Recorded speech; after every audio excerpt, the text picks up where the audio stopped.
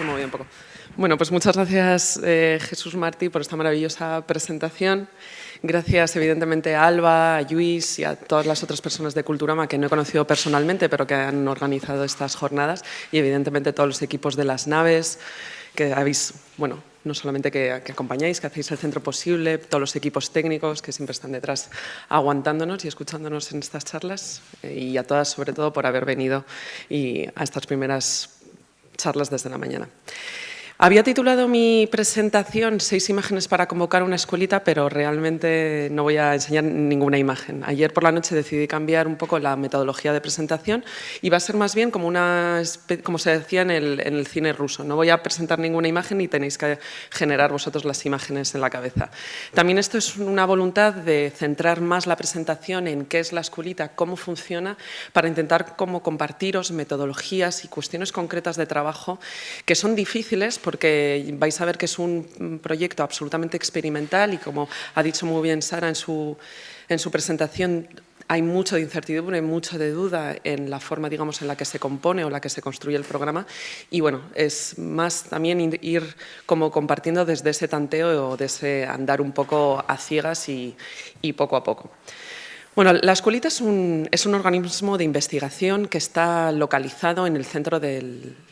corazón del Centro de Arte 2 de Mayo. El Centro de Arte 2 de Mayo es el Centro de Arte de la Comunidad de Madrid, está situado en Móstoles, es decir, es un sitio, es un lugar un tanto especial, ¿no?, que justo la semana pasada, también conmemorando el mayo del 68 del Global, bueno, pues el 2 de mayo se celebró el 10º aniversario del centro y es un centro pues relativamente joven, un centro que también nace de una voluntad política de situar un equipamiento más cultural en lo que se entiende como la periferia de Madrid, que no tenía por qué haber sido un relato de éxito, un relato para nada fácil, y sin embargo, digamos, ha sido un centro en el que sobre todo los programas de educación, los trabajos con el barrio, los trabajos de apertura o de entender qué es una institución y cómo puede funcionar a niveles de institucionalidad, es decir, cómo se generan esas interfaces, esas membranas, esos proyectos de intercambio con la ciudadanía, con el territorio, pero también con las comunidades más especializadas de cultura o de arte contemporáneo, ha sido central, ¿no? Sí que es verdad que la escuelita llega en un momento bastante específico, que es cuando Manuel Segade toma la dirección del centro y propone ese proyecto. Entonces, la escuelita surge básicamente del proyecto de centro de Manuel. Manuel ya llevaba desde hace tiempo pensando en cómo imaginar una institución que no funcione a través de departamentos cerrados o departamentos que trabajen, digamos, de una manera más lineal, es decir, educación, actividades, colección, exposiciones, sino que realmente hubiera un trabajo transversal, de alguna manera interseccional, a todos estos departamentos, para entender de alguna manera cómo un centro de arte podría generar las condiciones tanto materiales, físicas, como políticas y culturales para devenir también un centro de investigación, es decir, como una escuela informal que fuera produciendo sus propios contenidos y fuera digiriendo los contenidos que ya se producían en la institución para avanzar programaciones futuras. Por eso nosotros concebimos la escuelita como el aparato digestivo del centro, es decir, como un lugar donde se fermentan ideas, se nutren las diferentes, digamos, equipos, porque las instituciones somos al final equipos y somos personas, es decir, pero también esos programas, esas formas de hacer, esas metodologías, y se trabaja con las cuestiones que son incómodas, que hay conflictos, que necesitan más tiempo, que necesitan tiempos o marcos dilatados de trabajo, otros ritmos de aprendizaje y otras metodologías que sean autorreflexivas, ¿no?, que piensen tanto el qué como el cómo. Es que estaba hablando con Jesús, que me ha empujado a hacer un montón de metáforas mucho más escatológicas, pero creo que lo voy a dejar aquí respecto al aparato digestivo. Bueno, Pero para que os hagáis una idea, también, cada vez que presento la escuelita la presento de una manera diferente porque sí que es verdad que es algo que va cambiando. Y de alguna manera también Manuel y yo siempre pensamos que el día que podamos definir de una manera concreta, concisa, precisa, inamovible lo que es la escuelita, pues dejará de serlo. Porque no va a ser, digamos, esta sustancia, ese organismo reactivo a los deseos, a las preocupaciones del grupo que conformamos la escuelita, que estamos ahí, que pasamos cada martes un montón de horas juntos, pero también a esas diferentes cuestiones que surgen en la institución, en la ciudad de Madrid y más allá, ¿no? Por eso también la escuelita, al fin y al cabo, es, entre todas las cosas que es también un laboratorio de formas no tradicionales de producción y también transmisión de conocimiento, pero también de formas de estar juntos. Bueno, os he explicado un poco cómo surge la idea es decir, cómo sí que es un proyecto que es Manuel Segade el que, digamos, lo propone dentro de la institución, y directamente empezamos a trabajar él y yo hace 2 años, no más. Es decir, Manuel llega, estamos en 2018, pues en 2017, en enero. En 2016, y la escuelita arranca en marzo de 2017. Es decir, estamos primero todo un año trabajándolo, hasta que en marzo lanzamos la primera temporada. De alguna manera, respecto a la educación, la escuelita surge como en reacción, evidentemente, contra la tendencia global de la mercantilización de la educación, ¿no? El cómo la educación reglada se está encareciendo y está transformando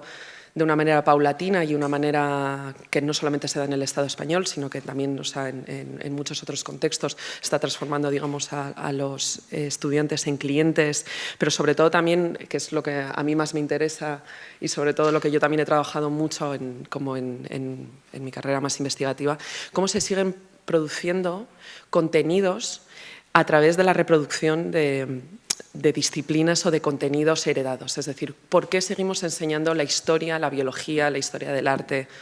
o cualquier otro marco o cualquier otra disciplina como marcos contenidos que se autoproclaman superiores a otros saberes que quedan excluidos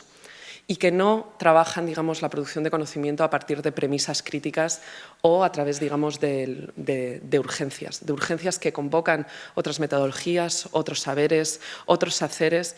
que ya no respetan, digamos, esos marcos disciplinarios, sino que buscan… esto no quiero decir que, digamos, que yo esté en contra de la especialización, ni mucho menos. Creo que es muy importante, pero creo que sobre todo también el generar marcos de diálogo y de trabajo transdisciplinario es muy importante, sobre todo para las cuestiones que nos ocupan, o sobre todo también pensando desde dónde hablamos en el arte contemporáneo y desde una institución de arte contemporáneo, qué podemos, digamos, qué tipo de espacio podemos convocar, ¿no? Entonces, evidentemente, había una voluntad de pensar cómo un centro de arte también puede acoger un espacio para tener un tiempo libre, para perder el tiempo y para tener unas condiciones de lo que hay 2 pensadores que están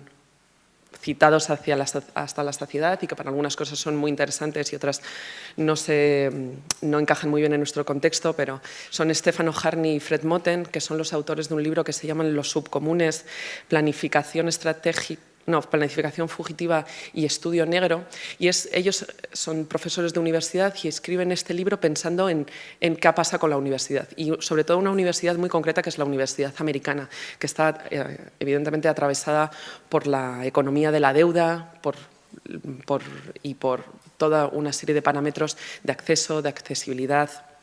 y de acreditación, ¿no? Que son una economía que une esa idea de cómo tú te endeudas para entrar, para estar acreditado socialmente y para poder, digamos, progresar en la vida. Entonces, ellos lo que dicen es que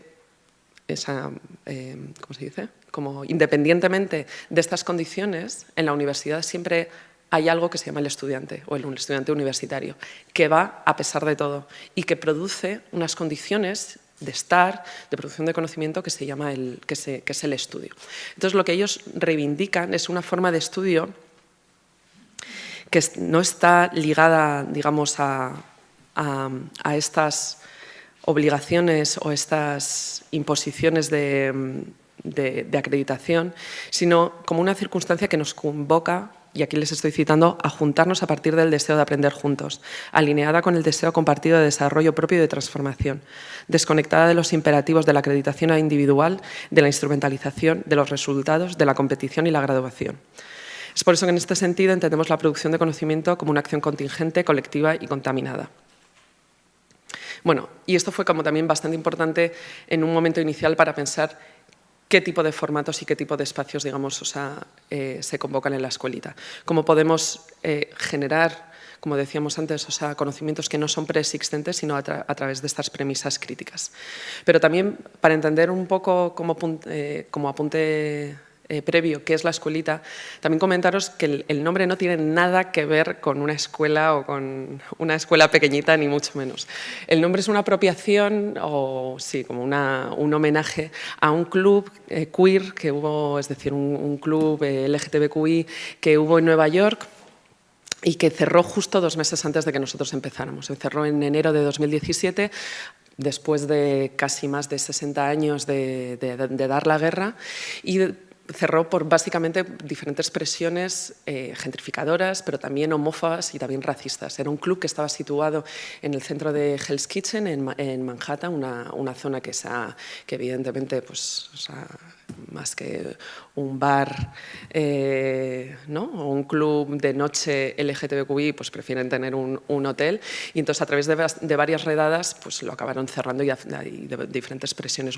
municipales, ¿no? Pero la escuelita fue un espacio absolutamente importante, no solamente para la comunidad, una comunidad además afrolatina, que fue quien lo fundó. No solamente fue importante por un lugar de reunión dentro de una disidencia sexual, pero sino también para lo que nosotros consideramos unos aprendizajes menores, ¿no?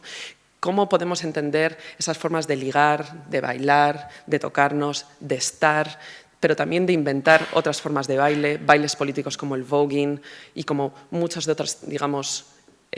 formas de expresión corporal,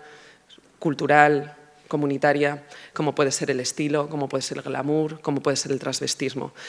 Entonces, queríamos, digamos, bueno, evidentemente que también el nombre nos interesaba y entender también dentro de unas genealogías que nos sitúan como en estos otros relatos o historias o aprendizajes y gestos menores, también nos interesaba. Entonces, pero también para nosotros era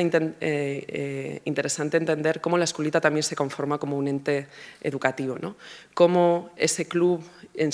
y cómo la presencia de ese club a lo largo de esos 60 años en su barrio generó unas políticas de educación hacia su contexto, hacia su barrio, hacia su vecindad, ¿no? con unos haceres que eran no homófobos y no racistas, que creo que también son cuestiones o vectores discursivos políticos y de formas de estar en el mundo que tenemos que tener en cuenta. Entonces, explicándoos ahora cómo funciona la escuelita, que creo que también puede ser un lugar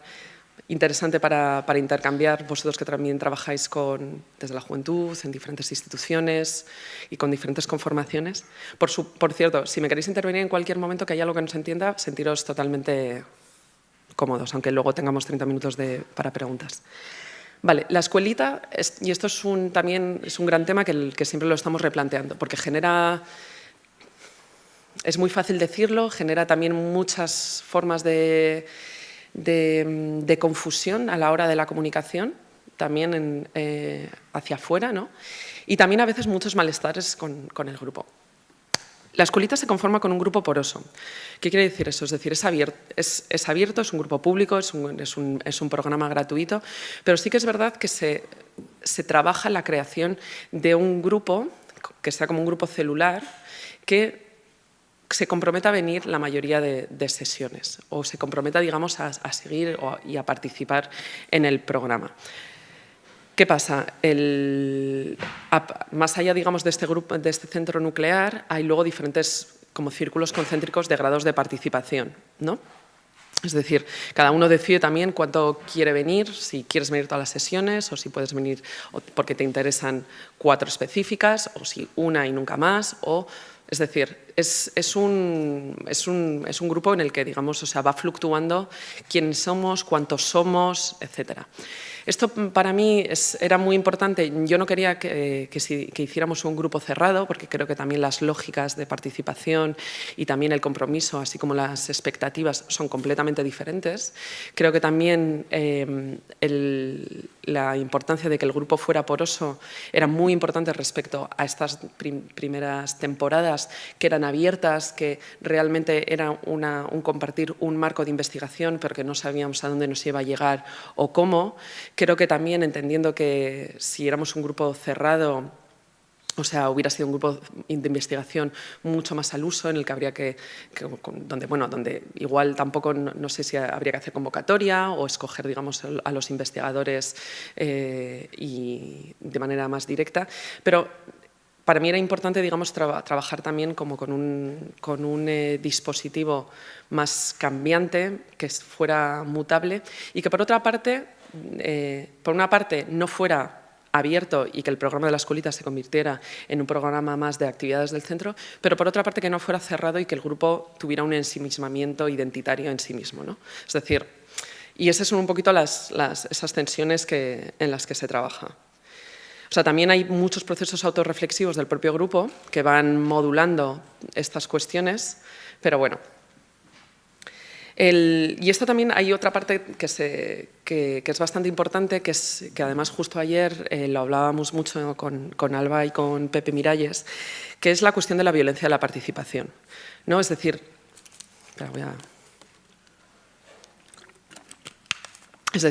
también cuánto, digamos, en procesos de educación, de mediación, en cultura, hablamos de comunidades de aprendizaje, ¿no? Y cómo las comunidades son procesos y son estructuras sociales y políticas que no puedes prever de antemano, o sobre todo no pueden surgir de tus expectativas y tu idealización de un programa público en una institución. Es decir, si la comunidad se da, genial. Si generas las condiciones y el programa y además, o sea, y el contagio afectivo y la producción política y de participación para que eso se dé, genial. Pero si no, las comunidades ya están. O sea, y los centros, yo creo que también aquí hay un error político de los centros, ¿no? de arte o de cultura, de pretender generar comunidades, sino hay que trabajar con esas comunidades que ya están, ¿no? Por eso siempre hablamos como de grupo de investigación, de grupo abierto, porque evidentemente eso son cuestiones que se van dando. Precisamente la temporada de este año, que ha ido desde octubre hasta la semana pasada, ha sido un ejemplo de eso. Ha sido un ejemplo de muchísimos, bueno, también de diferentes problemáticas de, hostia, quiénes somos, por qué estamos aquí, por qué tengo que trabajar con este o no, por qué hay gente que viene, digamos, un día y luego se va y entonces cómo mi grado de compromiso se ve reconocido y al de al lado no, ¿no? O sea, ha generado como mucho malestar también porque, joder, estamos trabajando también con gente, el grupo de la escuelita es un grupo absolutamente heterogéneo y absolutamente intergeneracional, o sea, creo que las edades van desde los 20 hasta los 54. Entonces, también son diferentes posiciones vitales, diferentes momentos vitales, diferentes estructuras económicas las que nos sostienen a cada uno y materiales. Y no es lo mismo tener 25 años y acabar de salir de un máster y estar absolutamente atravesado por la precariedad y no saber muy bien cómo... Bueno, ¿para dónde vas? Entonces, y sobre todo también de unos sistemas de educación que nos educan mucho para esperar algo, ¿no? Es decir, vale, me voy a meter a la escuelita y entonces, ¿qué recibo a cambio? Unos créditos, hacer un programa en el K2M, etcétera, etcétera. Entonces, todas esas cuestiones que están ahí muy presentes son cuestiones que hay que negociar porque están ahí, bueno, son la propia sustancia de lo que es el programa y de lo que es el grupo, ¿no? Bueno, os voy a hablar ahora un poco de cómo trabajamos los contenidos. La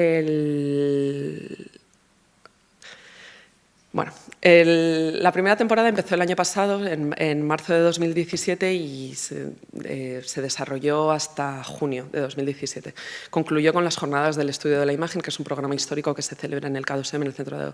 Arte 2 de Mayo, desde hace ya más de 30 años. Entonces, esa primera temporada, que la cocomisarié yo junto con mi compañera Margarida Méndez, que es una comisaria investigadora lisboeta,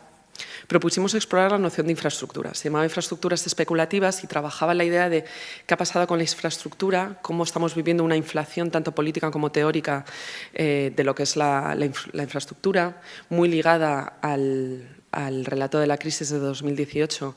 que había de alguna manera extendido el consenso de que las infraestructuras tradicionales que sostienen el contrato social y político se venían abajo, ¿no? Pues si pensamos en el estado de bienestar, y bueno, no solamente, digamos, esas construcciones como más sociales, pero sino también a muchos otros niveles, como otras formas de Estado-nación, pero también de historia, se están viendo como resignificadas a partir de este cambio de paradigma, ¿no? Entonces, lo que buscábamos era desplazar la infraestructura, que además es un término que surge de la teoría marxista, pero también funciona en muchos otros ámbitos, como la ingeniería, como en el pensamiento colonial, ¿no? Vamos a generar infraestructuras para otros países, etcétera, y ver de qué manera el mundo en el que vivimos ahora, estas infraestructuras, lejos de haberse venido muy abajo, se están veniendo muy arriba. Si pensamos en las estructuras de seguridad nuclear internacional, los sistemas de vigilancia y control, los catastrofismos climáticos, etcétera, o las renovadas lógicas de extractivistas y tecnologías de la desposesión, pues nos hacían pensar en cómo la infraestructura es básicamente una estructura a través de la que pensar esa interconexión de los diferentes procesos que se están dando. También tenía que ver, y ahora os les explico por qué hicimos alusión o por qué recogimos las estrategias especulativas para dar respuesta a esto, porque estos son sistemas complejos, ¿no? Si pensamos, por ejemplo, en la globalización, políticas internacionales o cambio climático, o sea, cada uno de estos sistemas moldea nuestro mundo, pero sus efectos son tan extensos y complicados que es difícil situar nuestra experiencia dentro de ellos.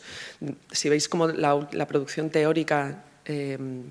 en torno a la teoría crítica de los últimos años, todo tiene que ver sobre cómo se está cancelando el futuro, cómo se está neutralizando una capacidad de agencia y cómo se está neutralizando también una capacidad de respuesta. Por eso, la idea de capacidad, de desarrollar una capacidad de respuesta, es decir, cómo podemos nosotros responder, entender o trabajar colectivamente para generar otros dispositivos de comprensión de estas cuestiones, fue como central, ¿no? O sea, la idea de la habilidad de hacer y responder a preguntas nuevas que incorporen expectativas, frustraciones y diferentes anhelos, que también nos ayudaran a proponer algo juntos, que fuera algo no anticipado y que rompiera un poco los cauces de pensamiento lineal.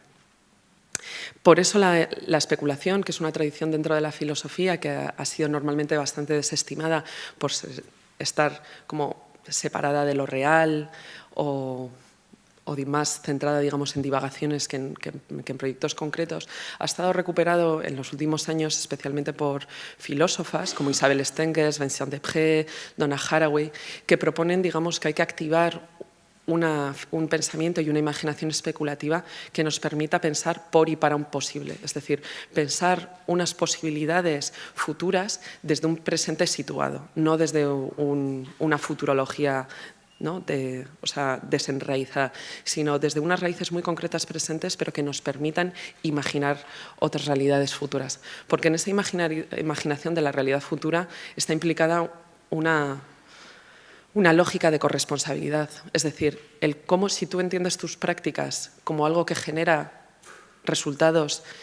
que tienen que pervivir de aquí a 20, 30, 40 o 50 años, hay una corresponsabilidad para con tu trabajo, para con lo que estás haciendo, para con la gente con la que lo haces y en las estructuras donde lo haces, que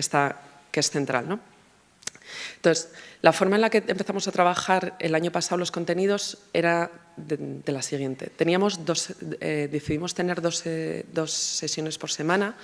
La primera era los martes y la segunda era los miércoles. No teníamos tanto tiempo, eran solamente sesiones de 3 horas y media.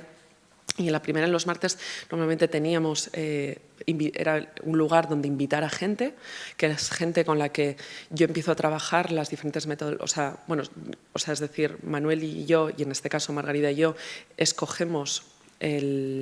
planteamos la hipótesis de investigación, planteamos también los invitados que se van a invitar y luego el grupo tiene, o sea, es decir, eso depende de cómo se va haciendo, pero yo empiezo a trabajar las metodologías con cada invitado intentando que trabaje unas metodologías que se adecúen al formato de presentación y sobre todo que sean coherentes con los propios contenidos que va a plantear. Y la segunda sesión, que eran los miércoles, se hacía un grupo de lectura que la llamamos la unidad de imaginación forense. La unidad de imaginación forense fue bastante importante en esta temporada porque el tema era investigar el asesinato del futuro y el futuro como asesinato, ¿no? Cómo las tecnologías de la desposesión, el exterminio como ordenación del territorio. Esto os estoy leyendo lo que escribimos. Las economías de los vivos y los muertos y los no muertos. Y cómo recuperar el botín robado. Vidas, tiempos, máquinas y afectos. Y el futuro, también el futuro. Entonces, la idea era que trabajamos con una constelación específica de textos ficcionales y no ficcionales, es decir, sobre todo recuperábamos mucha de la ciencia ficción de los años 60, 70, 80 y la leíamos de manera cruzada con teoría política contemporánea, pero también no solamente textos, sino también series, películas, etc. De alguna manera, lo que nos permitía era ver cómo este laboratorio neoliberal que se empieza a cimentar en los años 70 empieza a trabajar todos unos vectores político-discursivos que heredamos, o sea, de los que estamos absolutamente atravesados hoy, pero también veíamos qué otros mecanismos, qué otras estrategias que venían de la ficción, que vienen de la imagen, que vienen del cine, se utilizan para poder dar respuesta o para generar otros espacios de invención. Todo esto concluyó en las jornadas del estudio de la imagen, que se llamaba Futuros Glitch, especulación de datos, tecnocosmología y desposesión en tiempos de capitalismo acelerado, que fueron un simposio de unos 5 días en el que se constituyó un buró de datos futurológicos y en el que esta idea de especulación que la escuelita había empezado, digamos, a trabajar, porque también llegamos un poco a ella como una forma de solución, es decir, estábamos empezando a tener tal frustración y tal malestar durante las sesiones, en plan de es imposible entender esto, me genera también como muchísimo malestar estar pensando en cómo pensar en el futuro si no sé ni siquiera qué voy a hacer la semana que viene. Entonces fue una idea también de qué tipo de estrategias encontrar y qué tipo, digamos, de recursos tenemos a mano para poder, digamos, dar respuesta a ello, ¿no? Por eso también que la escuelita de alguna manera funciona como un banco de recursos, o sea, en el que seguimos, digamos, acumulando nuestros recursos, diferentes herramientas que luego se ponen a disposición. Esta segunda temporada, que justo acabamos de acabar el martes pasado, o sea, hace una semana, la hipótesis que tomábamos y que planteábamos esta vez Manuel y yo, se llama coreografías sociales. Nadie sabe todavía de lo que un cuerpo es capaz. Las coreografías sociales se entienden como aquellas experimentaciones con órdenes sociales que derivan su ideal del campo estético o infunden estos órdenes directamente a nivel del cuerpo y viceversa. En otras palabras, tiene que ver con qué movimientos, qué gestos, qué poses, qué afectos y qué roces o otras experimentaciones estéticas generan representaciones sociales y formas de vida inéditas. Este programa, si el primero de alguna manera fue un programa piloto en el que nosotros planteábamos una hipótesis investigativa que tenía que ver con diferentes grupos de investigación y de trabajo que habían surgido en Madrid y que conectaba también con otras formas de producción teórica internacional, ¿no? Si pensamos en todos los debates en torno al aceleracionismo, a la crisis climática, etcétera. Y en cambio sí que se trabajó de una manera mucho más cercana con la programación. También tiene que ver con que Manuel entra dentro de la programación de Escuelita, también Manuel empieza a trabajar de una manera como más directa la programación del centro y entonces nos permite generar esos intercambios entre el programa expositivo, los programas educativos y las otras formas de trabajo del centro. Pero al mismo tiempo también la idea de coreografías sociales es mucho más amplia y abarca mucho más de pensar o de acoger qué es el voguing, por qué es necesario entenderlo como un caso de performance radical que pone a bailar la raza, la clase, el género o el sexo, pero también pensando qué está pasando en Madrid, ¿no? ¿Por qué en Madrid están surgiendo, digamos, tantas iniciativas que están volviendo a reivindicar la fiesta, la noche y sobre todo un poco la nocturnidad pero también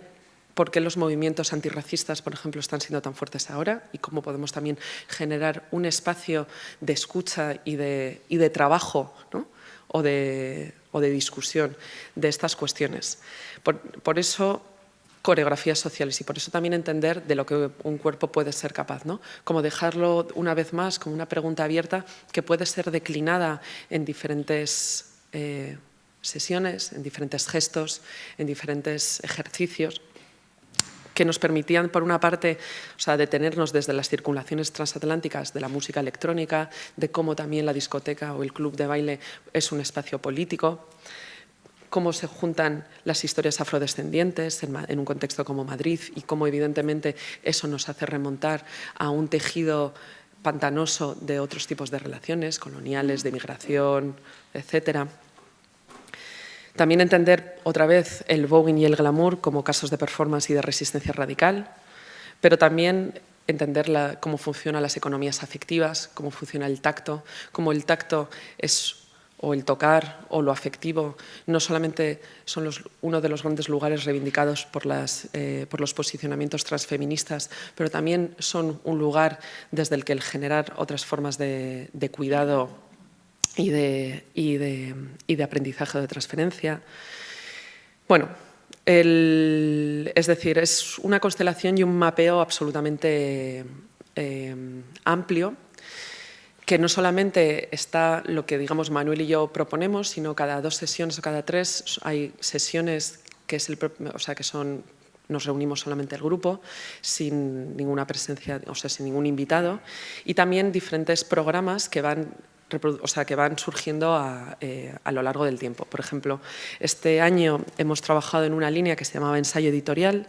que de alguna manera investigaba cómo funciona la escritura colectiva y la mala lectura, cómo estos principios de inscripción no solamente se dan a nivel textual, pero sino también en el cuerpo, en la institución, en la ciudad, etcétera.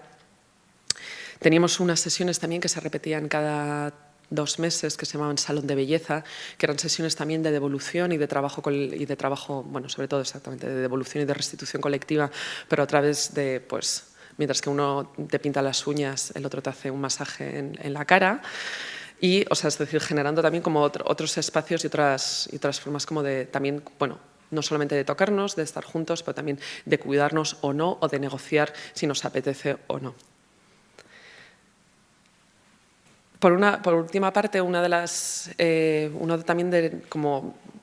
posibilidades de la escuelita también a nivel institucional o a nivel de cómo se relaciona con el centro es que siempre se ha dejado abierto la idea de que lo que se ensaya en la escuelita puede impactar en la programación futura del centro, ¿no? Es decir, si la escuelita es ese aparato digestivo que recoge los síntomas, las urgencias, las cuestiones que se tratan, por ejemplo, en el programa expositivo, que a través de una exposición no te da tiempo para trabajar, o no es que no te da tiempo, es que tienes otros tiempos, no es una cuestión de no tener tiempos, tienes otros tiempos, ¿no? Para precisamente, pues eso, analizar, discutir, aprender colectivamente, bueno, por qué nos interesa entender cómo funciona una pose, una gestualidad, un baile político, etcétera. Entonces, entender también, a partir de esa digestión que hace el programa, ver qué otras urgencias se distilan de ahí y que son necesarias o importantes a atender en un futuro, ¿no? Pues una de esas producciones, ¿no? Es que, bueno, sí, uno de esos como resultados que se han dado este año son los estudios de la noche, que fue una propuesta que trabajamos de manera colectiva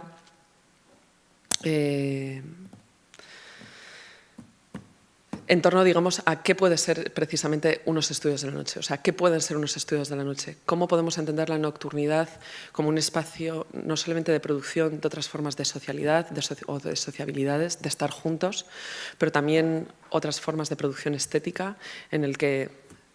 los dispositivos sensoriales cambian o se alteran? Es decir, ¿qué otras formas de percepción convoca la nocturnidad y qué otras formas estéticas o de aprendizaje se pueden sacar de ahí? ¿Qué otras formas, bueno, como sí, de coreografía social, ¿no? Están unidos a la nocturnidad y por qué es necesario rescatar esa idea de lo oscuro, de lo opaco, de la noche, desde un lugar que piensa en qué tipo de estudios y qué tipo de conocimientos se tienen que conocer, ¿no? O sea, al principio os decía que una de las grandes preocupaciones era pensar de qué formas de contenido, qué formas epistemológicas producíamos que no estaban ya, o sea, que no surgían de esta matriz de la modernidad, de pensar el aprendizaje como un espacio luminoso, iluminado, en el que todo se conoce, todo se puede clasificar, mapear y aprender en el sentido también de incorporar o poseer. También esto los estudios de la noche tienen que ver con qué es lo que no queremos aprender porque no se tiene que aprender, ¿no? Qué es lo que se tiene que dejar como algo taciturno, como algo confuso, como algo que básicamente que no hace falta ni escribir textos, ni hacer fotos, sino que como es muy necesario siempre tener como unos límites a ese conocimiento. Entonces, los estudios de la noche es una propuesta que yo venía pensando desde hace tiempo y que lo planteé dentro de la escuelita y, digamos, o sea, sí que es verdad que hay parte del grupo que se quiso implicar y hay otra parte que no les dio tiempo. Entonces, cómo se configuró el programa tenía que ver, pues eso, con mi labor como de comisaria, pero también con unos trabajos de la gente que sí que, digamos, o sea, le apeteció continuar, pero ha sido, digamos, el punto de partida para pensar qué va a ser la escuelita del año que viene o qué no. O sea, porque ahora estamos en un momento de paro, un momento de no hacer nada, probablemente no hagamos nada hasta enero o hasta otoño, no sé. Ahora hay que ver un poco cómo seguimos, pero también porque este momento de parón, de no hacer nada, de descanso, es absolutamente importante. O sea, lo mismo, si estamos pensando en economías de conocimiento que tienen que ser cuidadosas con esos ritmos y con esas formas de producción, no podemos, o sea, pues seguir con unas lógicas absolutamente de agotamiento, ¿no? Entonces, la idea, y sobre todo también porque se han tocado temas muy diferentes, con unas complejidades diferentes, el grupo es heterogéneo y también ellos lo han expresado como muchas veces que necesitan ese tiempo como para aterrizar para aterrizar, pues qué nos cuenta Aida Sarduy Bueno y qué nos cuenta, no sé, Francesc Ruiz sobre la circulación perturbadora. Entonces, hostia, también dar el tiempo para que todo eso se aterrice, para poder entender cómo te afecta, para dejar tiempo a la serendipia, para que generes, digamos, otras conexiones y decidir si quieres continuar o no, es extremadamente importante. Pero la idea, y esto, bueno, esto es un poco, os lo comparto porque lo estamos pensando ahora, pero no hay nada que esté cerrado, pero sí que lo hemos planteado entre el grupo porque precisamente después de todo este año de negociación de cómo se conforma el grupo, cómo es el grupo, qué es el grupo, hay una voluntad ahora de ponerse a investigar juntos. Sí que es verdad que, por una parte, esa idea de no productividad o de no producción de la escuelita era bastante vertebradora, pues porque claro, no generaba una presión de no hay que producir nada, ¿no? O no hay que producir como unos resultados. Aunque también, como os comentaba al principio, también hay algo como muy interiorizado de querer, bueno, ¿y qué sacamos nosotros a cambio? ¿No? ¿Y qué nos da? Claro, si nos convertimos en un grupo cerrado en el que trabajamos, pues hay que trabajar de otra manera, tendría que haber un presupuesto, una remuneración económica para la gente que decida, largas y arduas negociaciones de cómo esa investigación se hace, cómo trabajamos juntos, si tú quieres trabajar en esto porque tu investigación es válida, cómo se valida la mía, etcétera, etcétera, etcétera, etcétera, etcétera, etcétera. O sea, va a ser, de momento lo hemos planteado y no sabemos también de si vamos a poder hacerlo, si al final nos vamos a encontrar con un montón de tensiones institucionales, porque esa es otra, o sea, la escuelita también es un gran índice que revela, o sea, malestares y formas crónicas de malestar institucional. Es decir, yo llevo 2 años peleándome por cómo comunico este proyecto, si puedo usar esta palabra o no, porque la institución nunca la ha usado y porque en el K2M no nos identificamos con esta palabra, qué espacios necesitamos, qué herramientas, que si les coges tal, o sea, es un tira y afloja importante, pero que precisamente, bueno, tienes que tener un poco de paciencia y como buen ánimo y sobre todo tener como, bueno, pues sí, es que tenemos que también saber aprender a trabajar desde las diferencias, y sobre todo desde esa negociación, ¿no? de entender cuáles son las herencias que cada institución tiene, y cuando digo institución digo equipos y digo personas, ¿no? Las formas de trabajar, las condiciones a las que está sujeta, las horas que pasas ahí, pero sobre todo también, pues eso, intentar ver cuáles son esas otras formas como de negociación. ¿No? O sea, pues sí, no solamente como comunicación, pero temporalidades, presupuestos, herramientas, etcétera, etcétera. Entonces, bueno, pues ya para ir acabando, espero que no os haya dejado tampoco ninguna definición exacta de lo que puede ser la escuelita, pero por lo menos, o sea, un poco desde qué gestos o desde qué voluntades estamos intentando trabajar y cómo es algo que tampoco ni es un relato de éxito ni uno de fracaso, sino de uno de ir haciendo e ir pues eso, negociando como los diferentes parámetros del dispositivo que hemos creado y con el que vamos avanzando. Y cómo ese movimiento o ese avanzar es el que también va definiendo poco a poco lo que vamos haciendo. Pues muchas gracias.